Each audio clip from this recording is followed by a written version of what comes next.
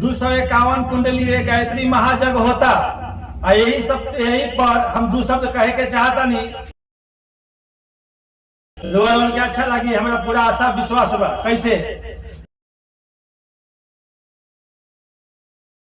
बड़ा विराट जग होता, अब मस्ती छके गाँव में, यहाँ आनंद खूबे बा, जुड़ा भक्ति के भाव में।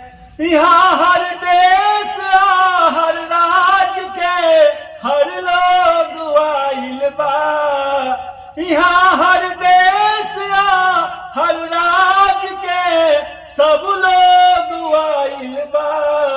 इहे दर्शन के मौका बा, आवा मस्ती छके गाँव में, यहाँ आनंद खूबे बा, जुड़ा भक्ति के भाव में।